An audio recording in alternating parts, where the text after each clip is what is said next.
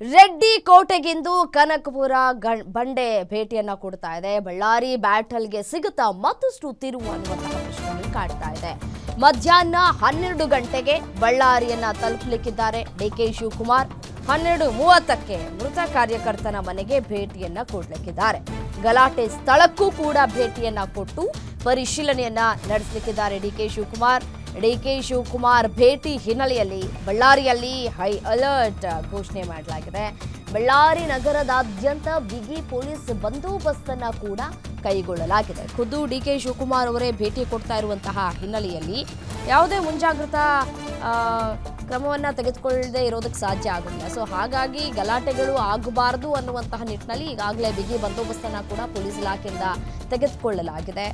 ಒಂದು ಕಡೆ ಸ್ಥಳದಲ್ಲಿ ಬಿಗುವಿನ ವಾತಾವರಣ ಇನ್ನೂ ಕೂಡ ಹಾಗೆ ಉಳಿದಿದೆ.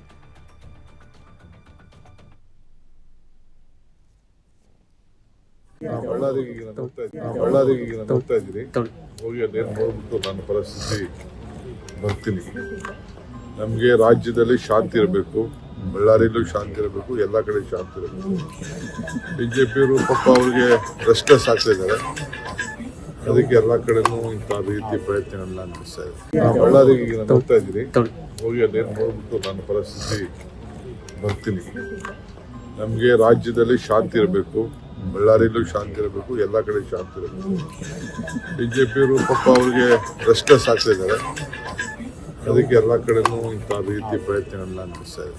ಬಳ್ಳಾರಿಗೆ ನೋಡ್ತಾ ಇದ್ದೀನಿ, ಹೋಗಿ ಅದೇನು ನೋಡ್ಬಿಟ್ಟು